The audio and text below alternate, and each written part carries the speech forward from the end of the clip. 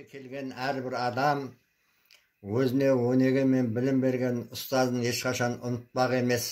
Қайда жүрсе де, қанша өмір сүрсе де, мектептен алған тәлімі мен тәрбиесі арқылы өз ұстаздарымен мақтанып отырады.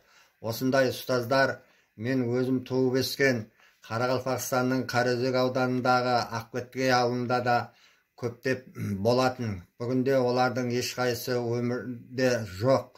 Сол ұстаздарыма арналған ұстаздарға деген өлеңімді оқып берейін.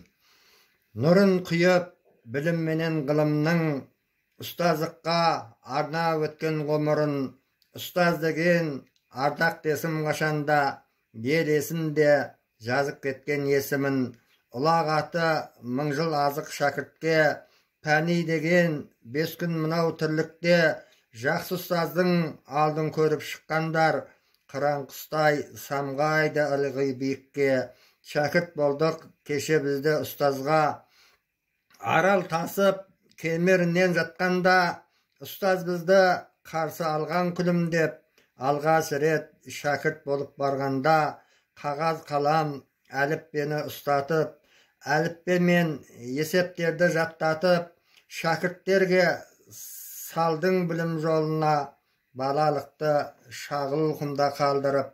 Өтті жылдар, келе жаттық ер жетіп, өрге жүзіп білім деген кемеміз, бозбала мен бойжеткенге айналып, қатар өскен тентек ұл мен сары қыз.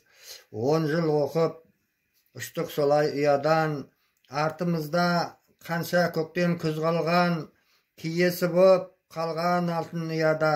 Ұстаздарым орта аймайтын қазынам, қыздар кетті келін болып қияға, ұлдар қонды әке атанып ұяға. Ұстаздардың кеткен көбі өмірден, әрқайсы ұмытылмас таутылға. Бізде астық бүгін біраз белдерден, азайт ұстаз білім алып көз көрген, өтелер ме бір парызым алдыңда, соларға арнап жазып кетсем бір өлең. Дүниеге келген